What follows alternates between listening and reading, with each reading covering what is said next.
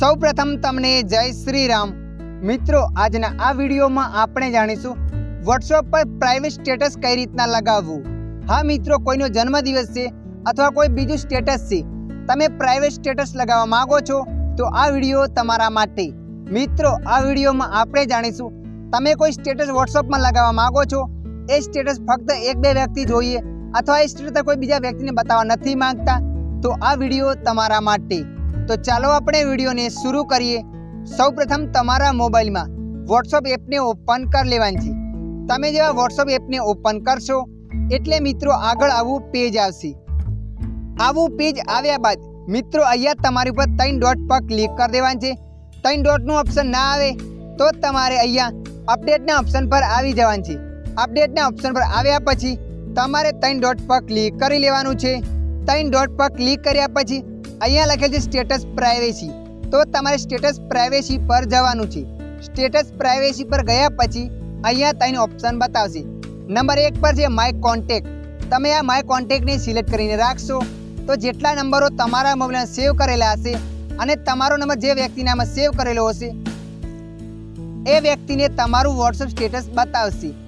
એના પછી નીચે છે માય કોન્ટેક્ટ એક્સપેક્ટ, તો મિત્રો તમે નંબર 2 ઉપર ક્લિક કરીને અહીંયા જે પણ વ્યક્તિના નંબરને તમે સિલેક્ટ કરશો એ વ્યક્તિ તમારું વોટ્સએપ સ્ટેટસ નહીં જોઈ શકે। જેમ કે આ બે વ્યક્તિને મેં પસંદ કર્યા બાદ રાઈટ પર ક્લિક કરી લઈશ અને સ્ટેટસ લગાવીશ તો એ બે વ્યક્તિને વોટ્સએપ સ્ટેટસ મારું નહીં દેખાય।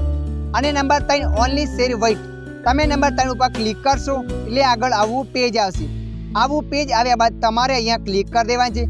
ત્યાં ક્લિક કરશો એટલે તમારા મોબાઈલમાં જેટલા પણ નંબર સેવ કરેલા હશે એ બધા નંબરો અહીંયા બતાવશે।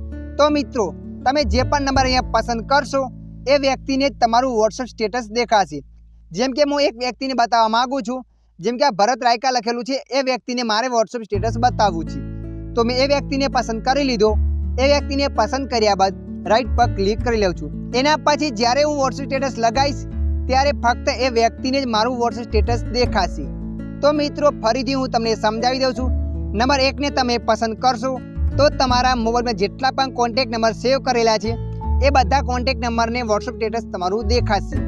એના પછી નીચે છે માય કોન્ટેક્ટ એક્સપેક્ટ, તો મિત્રો નંબર 2માં જે પણ કોન્ટેક્ટ નંબરને તમે પસંદ કરશો એ વ્યક્તિને તમારું વોટ્સએપ સ્ટેટસ નહીં દેખાય।